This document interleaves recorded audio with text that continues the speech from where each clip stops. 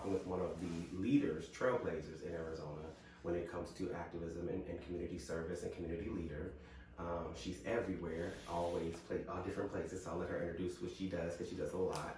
But as we go to season 2, it's important that we point out that we are here.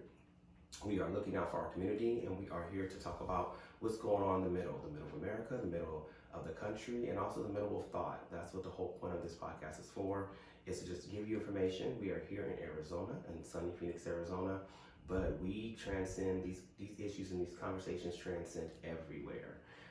We are under attack legislatively out here in regards to a lot of things that have been happening. So we took a couple weeks off to make sure that we continue to advocate for our communities with the governor and with the state legislation, so that we do not become a black code type of community out here in Arizona. But now we're back, and we're continuing to balance our lives and ourselves, and we're here to talk to Miss Sarah Tyree. So Sarah, talk to the people about what you do. Man, where should I start? Well, let's go with the titles first. We're going to go back and talk about how everything got started and why you decided to run for state senate. Okay. So we'll talk about that. But she is the state senate candidate for, or was. I was, yeah. So I was the LD22 state senate candidate last cycle. Very interesting experience, to say the least. But you should talk about my title. So I am a board member to the Northwest Valley Connect. It is a nonprofit transportation unit that provides free services to our elders, our differently abled, and our veterans. I sit on the board of directors for the Arizona Progressive People's Alliance. Kind of self-explanatory. They push progressive policy and progressive candidates here in Arizona. I am the criminal justice chair for the West Valley NAACP, and I am a board member for Eve's Place, which is a West Valley mobile domestic violence service provider. And of course, last but not least, a Unity Collective leader next to my amazing partner here. And she also owns her own business. I do. So we'll go talk more about that in the third segment. So talk about Unity Collective leader. Unity Collective started in June of last year when we decided to do a Unity March. We were brought together by our last guest, which was Gisette Knight, brought us all together into Unity March. That was, we heard on this podcast, was a huge catalyst for a lot of the change of bringing people together. And Sarah was instrumental in bringing people to the table, as well as continuing to activate behind the scenes to get people together, to continue the fight, to make sure we come together to end systemic racism. So racism in all systems, right? Looking at how it permeates throughout the systems of America and specifically Arizona, so that we can root those things out, so that we have equal ground and equity among our people. So as we have moved forward, Sarah and I have worked in so many different spaces and places together. Yes. It's been a pleasure. And so how did it get started? When I met you, you were running for LD22 State Senate, and we're at the Unity March. And first of all, you was in a fly in a shiki. Beautiful. Appreciate it. But then what catalyst or pushed you into going and trying to serving for public office? Yeah, absolutely. So I'm originally from Arizona. I grew up in Maryville, so shout out to my West Siders. But I'm also a former foster care youth. So I ended up in the foster care system when I was probably like 15. And thankfully someone within my family was able to get custody of me. I joined the Army when I was 17 and had a number of things happen while I was in the military that prompted me to leaving active duty earlier than I expected. But I decided, if I was going to go into any profession outside of the military, it would be social work, because I had a social worker who didn't care about my safety, and she didn't care about my well-being, and so I wanted to right all of the wrongs that she did for other families. And so during my undergrad internship, I chose to intern with the Tennessee General Assembly, which is our version of the legislature.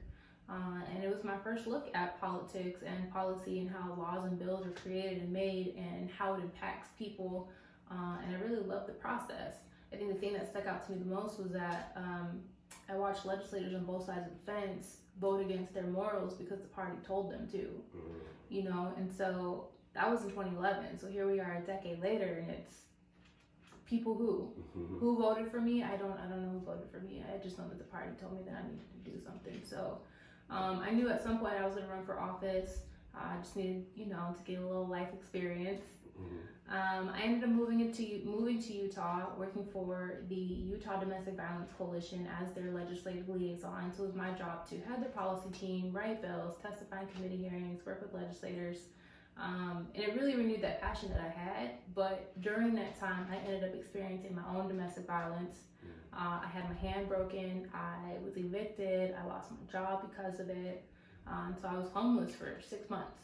Wow. And so I think once I got to a place of stability, I really felt like if me and my privilege being that I'm a veteran, I have access to health care, I'm an educated person, I'm having this much trouble getting the help and the services that I need, then what is it like for people who have less than I do? And so that's what prompted me to end up running for Senate in 2020. And then, we just had a string, not that we're not today, but we had a string of murders for Black people in Black community last year. George Floyd was the start, but on that same day, our own right here in Arizona brother Dion Johnson was murdered.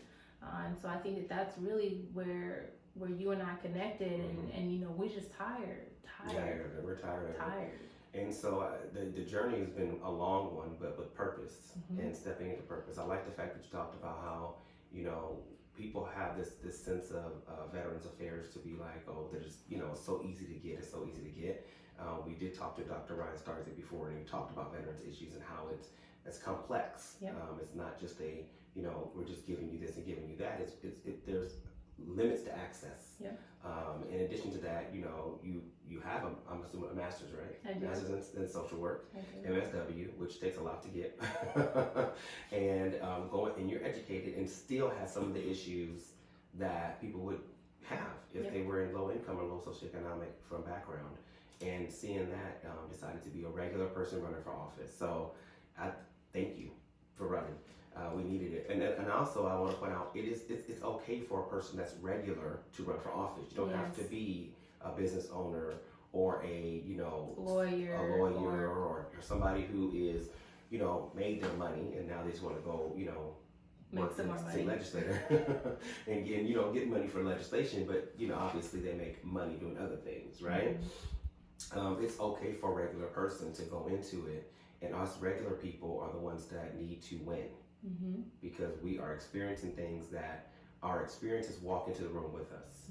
And so your experience walk into the room with you. So how was your experience running for office? Some bullshit. It was some bullshit. It was. I assume it was tough, obviously, because you're putting yourself out there. It is. What are some of the positives that you experienced being able to, advocate for your district? I think some of the biggest things is that for our district, we've never elected a Democrat or an independent. We've never elected a person of color. We've never elected somebody under the age of 45. And while I did not win my election, we pulled out just under 60,000 votes, which is the most votes that any Democrat in our district has ever achieved. And we did make some impact, right? We were able to connect with people across the aisle because we were able to have conversations. And so I think that truly that's a big win. And I think also, I don't like to be scripted. I like to just let things flow. And in doing so, and the opportunities that our unity marches allowed for me to speak to people, I was able to talk about things that I experienced, that other people have experienced, and met so many people who have survived abuse, survived sexual assaults, survive homelessness, and I think that pushes you. You get some bad days, but then you get that one story, and it's just like, all right, this is why I do it. That's why you're here. Serve the people. And then also you're a great advocate for foster care. So I know that some of the people that were reaching out to you, in particular, one state senator was also involved in foster care as well that you talked about often. So go ahead and speak about that. Yeah, so for those of you that don't know, Arizona has only had 3 Black female state senators in its entire history. And the last Black senator was Leah Landrum Taylor.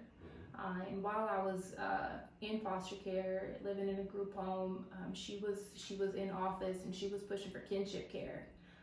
Kinship care is where a child that's in the foster care system can live with someone within their family rather than being in a group home or foster care outside the family. And so she was able to pass that legislation, which allowed me to have my maternal aunt take custody of me. And so truly, not only did I learn that during the campaign trail, and it's such an honor to be able to come full circle. Like now I'm running to be the 4th Black state senator for Arizona, and also I'm literally here and still alive because of the work that she did. Wow. So yeah, it was just amazing. It was an amazing experience. Yeah, so we thank you, Leah Landrum Taylor, for that. Yes, ma'am. It is, you know, we sometimes look at these lawmakers as people who just kind of sit around and push for things or don't push for things, and kind of like, I guess some people think lazy around, but they don't, because what happens on your state level is so impactful. There are so many funds and so many services that are accumulated through the state level. I mean, there's very few stuff that the federal government subsidizes for the states that are going to affect you more than your state legislation. You know, we always look at the federal level and think, okay, we have to go fight this thing at the national level. But obviously, Leah Landrum Taylor taking that changed your life. It did. And that's like you said, full circle. But it's also important that we understand that doing this work is life changing. It is life changing, and being in Congress, the state Congress in particularly, is life changing because you're making laws for people that you're right next to in your neighborhood. Yeah. So yeah, that's a good experience. As you went through some of the battles, what were some of the battles that you can speak of? that was some things for you to overcome. The first thing you said is you have your African American woman, Democrat, right, at the time, and has had to overcome a lot of things, in particular to the district that's Far West Valley, Surprise, Sun City, Peoria, and trying to overcome that. So even though you got a tremendous amount of votes, what were some of the other obstacles running that you've learned? Yeah, it was a number of things. I'm young, I'm unmarried, I'm childless, I'm a woman, I'm a Black woman, I'm a bisexual woman. All of these things that our boomer generation don't support. And so, you know, I really wanted to just go into my campaign owning those things. Because I feel like if I narrate the story, then other people are going to feel more confident in my ability to lead, because I can own those and be transparent about those things. And I think, you know, if I make light about them, people feel a little bit better. They feel more comfortable. So that was one of the things that we really had to overcome. Being transparent. Yeah. There's nothing wrong with transparency. No, I agree. Yeah. And a lot of people say that they want transparency, but they really don't. Interesting. So what do you mean by that? You know, I think that a lot of people want change. They say that they want change, whether it's in politics or it's in their relationships or whatever the situation is. But when you meet somebody who provides that for you, I think at least in American society, we have become accustomed to being passive aggressive and not really talking about stuff that's really, really happening and how we're feeling, and being able to be effective communicators. And so it makes people uncomfortable. They don't like it.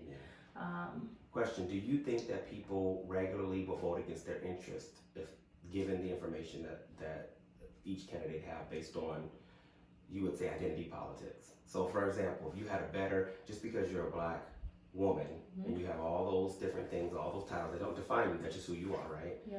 But you had the message was their message, they would still vote against their best interest because of you being a Black woman? Absolutely. Why do you feel that way? Because we watch it happen on a daily basis. Arizona has been a Republican-led state for the last 50 years, and it's a business-first state, right? We support corporations and we support million-dollar businesses, but we don't support the people. And there's this misconception that the left-leaning Democrats are the ones who are raising taxes and all of these things, when that's not the case. your Republican legislators keep giving tax cuts to these $1 million corporations that then turn around and lead the rest of the legislature to put that burden on everyday citizens like you and I. Yeah. And so I feel like unless you get somebody from across the aisle or whatever party they subscribe to actually sit down and have a conversation with you, you're not going to get anywhere, because people are going to see the letter that's next to your name, or they're going to see the color of your skin, or they're going to see your gender and be like, oh, like, I'm not going to do that. The conversation. Yeah. So, but we go back to what you said a moment ago. The Republican legislature in years past have been giving tax breaks and tax cuts, but they would say, well, we're doing it to create jobs. We're a job creating city. We're doing it to create jobs. But so therefore, by giving these tax breaks and tax cuts, it's actually keeping people employed. I'm just, that's why we're in the middle. I'm giving you the. It's a big old sigh. You know, and in some aspects you might be correct, right? Like you might have some people that are making jobs or creating jobs or getting jobs because of these businesses, but a couple of things. Are you actually taking care of your employees? Mm-hmm. Are you taking care of them? Are you giving them quality health care? Are you giving them quality paychecks? Are you understanding that they're people first and that they have family emergencies sometimes? And truly, if you want well production, then you have to take care of your employees. Right. But also on the back end of that, when we're talking about large corporations that get all these tax cuts, you have companies like Amazon and Honeywell who are literally paying $50 a year in taxes. Right. Well, you have people like you and I who are paying thousands of dollars. Like, how does that even make sense? Off income. Right? And so if we're talking about stimulating the economy, we'll make them pay their share. Yeah. And put that money back into the community. But also, you know, there's a I forgot what I was going to say. So no, it's okay. I'm sorry. No, I love it. So, I mean, I know we're going off a little bit on this, but I wanted to touch on it too. The kind of jobs that they're creating, if you're living below the poverty line, then is it a job that's worth it, right? Our minimum wage out here is around $12, and we're pushing the nation to go to $15 in like 4 years, and people are still having problems with that, including our own U.S. State's Senator Kristen Sinema. How could you have an issue with $15 minimum wage? It's not as if everything has not rose up in price. Right. And so we have people that are creating these jobs that are minimum wage, but they're not livable wage. Minimum wage is not a livable wage. You have to work 2 minimum wage jobs in order for you to afford a 2-bedroom apartment in Arizona. Yep. And so, and Arizona is not one of the highest property per capita. We don't have a high property value there. It's growing, don't get it wrong. The rent is out of control. Out of control. But let's talk about that. Yeah, the rent. Let's talk about that though. You know, a lot of people don't know that the legislature has the ability to cap rent. Because the legislature is what allows landlords to either raise their prices or to cap them. And so when we're talking about all of these people who are working 2 and 3 jobs just to provide for their family, survive, right? Surviving is very different than thriving. Yes. And so when you have a business first mentality, you continue to allow these landlords to raise the rent, and people can't afford that. Right. I love to tell this story because she was a lifelong Republican. She was a lifelong Republican, and she and I somehow got connected during my campaign cycle, and we talked about it. And she's like, I'm living in a 2-bedroom apartment with 4.5 adults, half being she got a teenager, and they can't afford to move anywhere else because their rent has gone up $500 in the last year. 4 adults. Mind you, she also works for a government organization, you know, so she's making at least decent money, and she still can't afford to move out on her own. That's ridiculous. So we had that conversation about your legislators control this. They're the ones who continue to inflate the economy, and you know, the general person doesn't know those things. And so once she heard that and did her own research, she voted blue. Wow. You know? And that's the change that you're trying to make. And when we talk about all the things that regarding rent and home ownership, so now you're renting and you're paying $2,000, $2,500, whatever that is. Crazy. For a 2-bedroom, and then you can qualify for a home at $1,500. However, can you qualify for a home? Right. And do you know that you can qualify for a home? Do you know you can qualify for? Do you know what FHA is, or regular? Basically, is your credit where it's supposed to be? Is your all those things that happen? Because now you're pushing yourself into the housing market of home ownership with a minimum wage job or a low paying job. So our people that are in these situations are stuck, because now you're working 2-3 jobs just to provide for this apartment.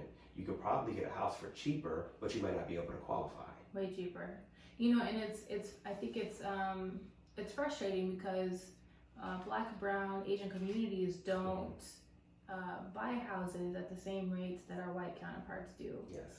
For a number of reasons. Yes. And I think one of them being is that we still have redlining, and we still have banks who, sure, we'll give you a loan, but we're gonna give you like quadruple the interest rate that we would give somebody else. Yeah. And so you have to be able to find a lender and a realtor who are invested in you rather than trying to make that buck, so you can take care of your family. And I think this is a really big difference. One of the things that we tried to really instill in people during the campaign cycle was that you have to invest in yourself. And investing in yourself is understanding that, you're gonna have some house things that you gotta take care of. Maybe your AC goes out, or you got bugs, or whatever. Just normal stuff. But you're investing in you. So when you own that property, that's yours. Right. Ain't nobody gonna take that from you. Right. And it's also an investment. Yeah. You build equity. You build. Your housing prices go up. As housing prices go up, you have money. You can, refinance. You can take money out. You can pay for your kids' college.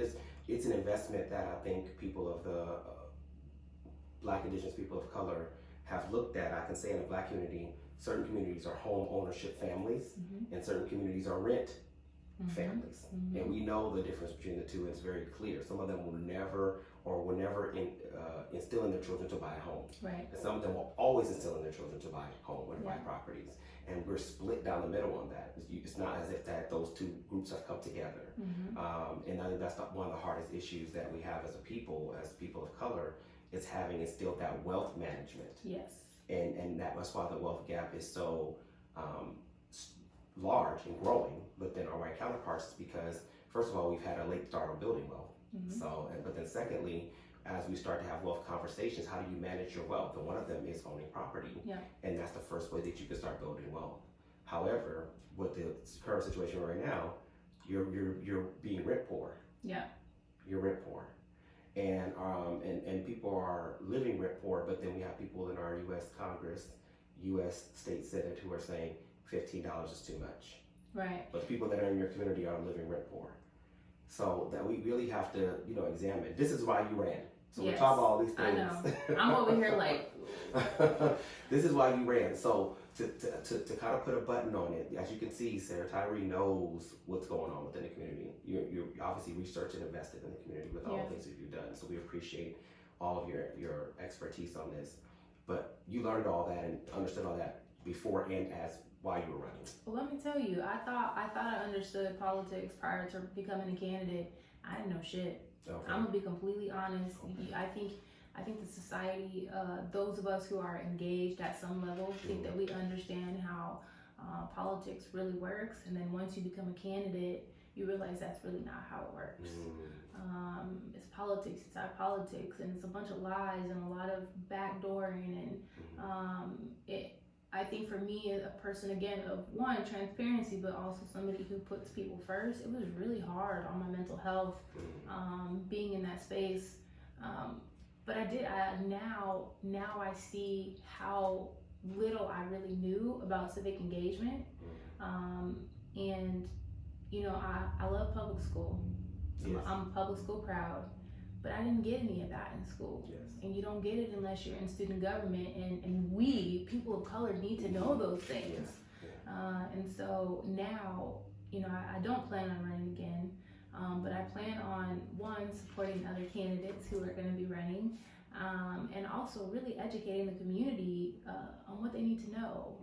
Cool, it's presidential election. Cool, we got cinema need to go. We just gonna talk about that. Well, you said it. So okay, I'll stop right there. Explain. It's okay. We have first of all, one thing I want to talk about. We're gonna go back to redlining because I want to explain that to the people too, because people don't understand what redlining is. Some people don't. Okay. But also, let's now, since you just brought it up, let's talk about our state U.S. Senator Kristen Sinema. We are 51-50 in the U.S. Senate. We worked really hard. We did. And Georgia worked really hard. They did. Arizona put in Mark Kelly, which was amazing. He's been there. He's there.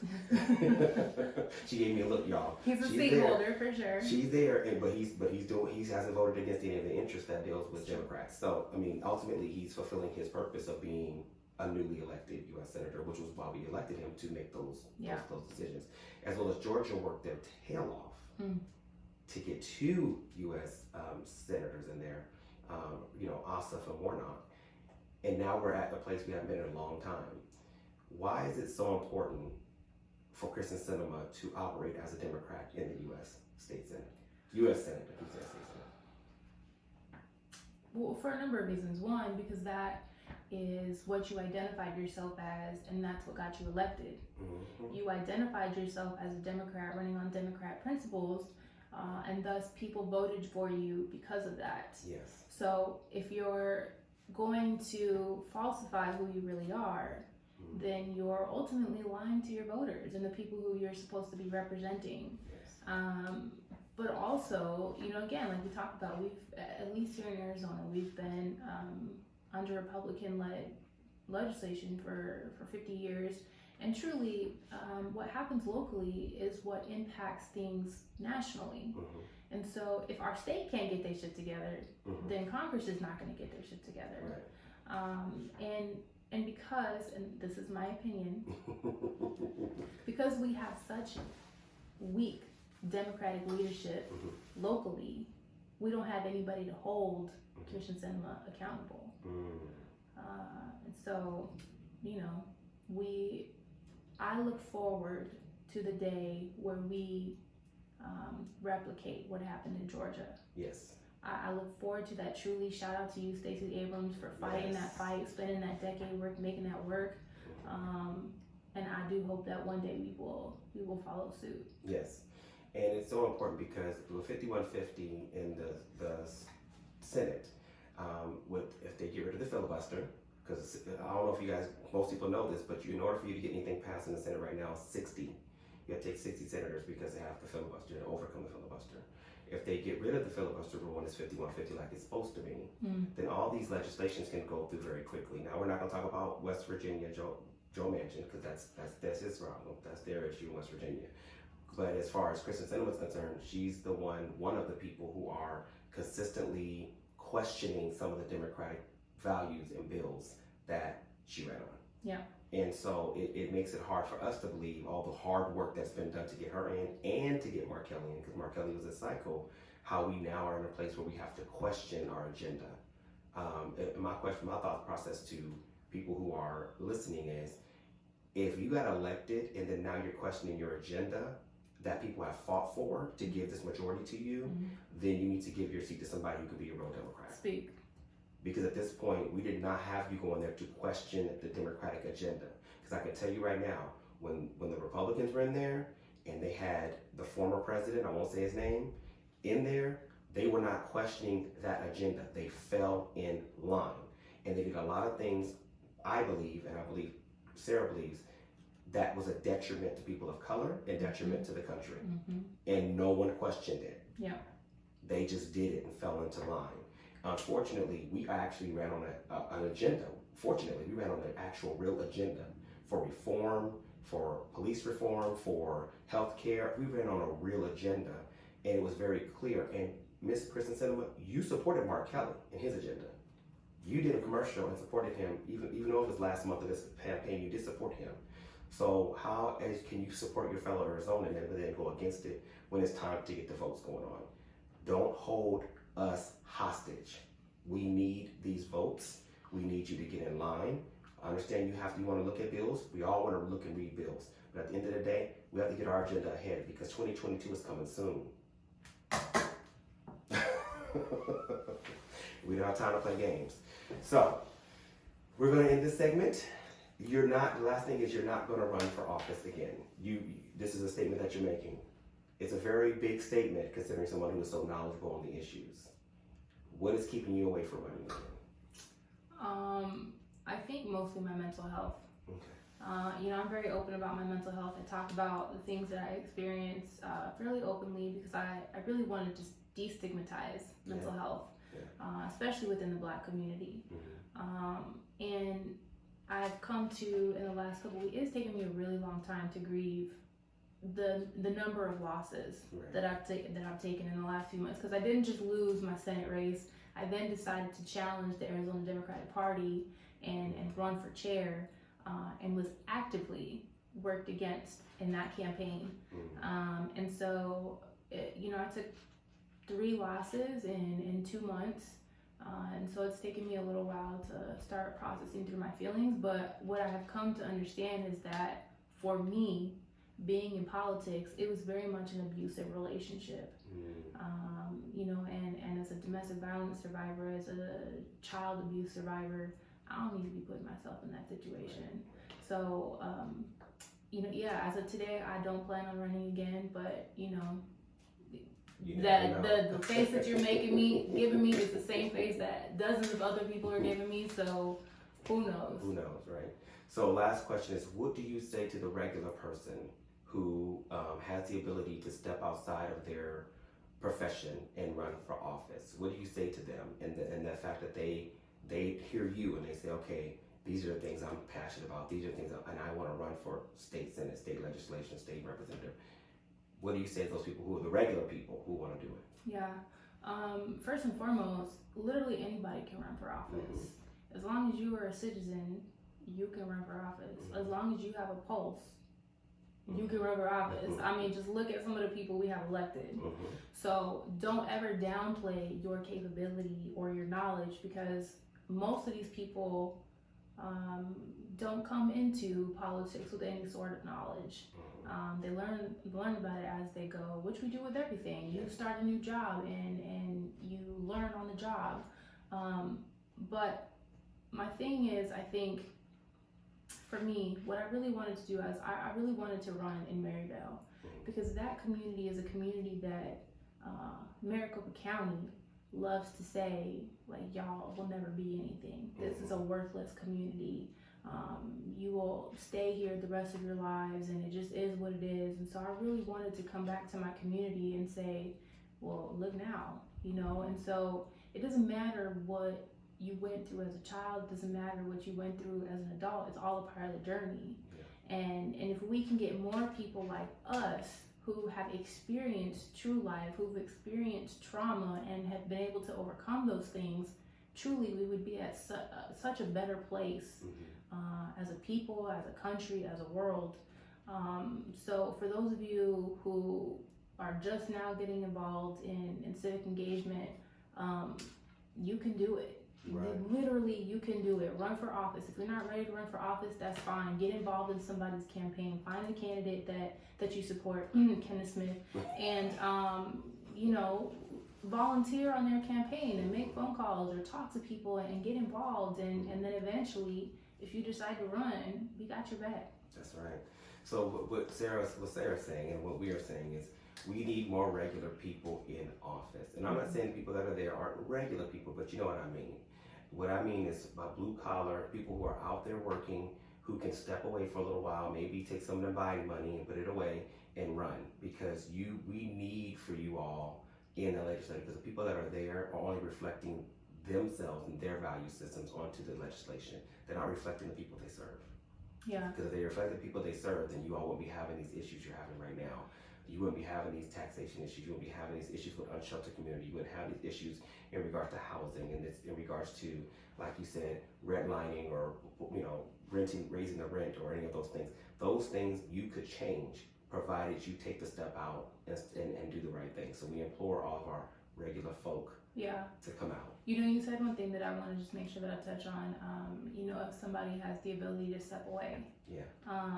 I'm for all intents and purposes, I'm a single person. Mm-hmm. I don't have a second income that allows me to just campaign full time. Right. And so it is harder, right? Because you have to work and campaign at the same time. And campaigning is a whole job in itself. But if you have a team that you know and supports you and you trust, they can make those things easier for you so that you can still manage both of them. So I don't want to discourage anybody who is single or single parents or anything like that, because you can do it. We just, you know, if you are interested, reach out to one of us, because we got all the connects. We'll make sure that you get taken care of. Absolutely. We need your names on the ballot. Yes. All right, so we're going to come back with The Middle with Kenneth Smith with our co-host, Miss Sarah Tyree, to talk more about some of the things Sarah is working on as far as the state legislator, some of the advocacy and lobbying that we do. We appreciate you all for listening to The Middle with Kenneth Smith.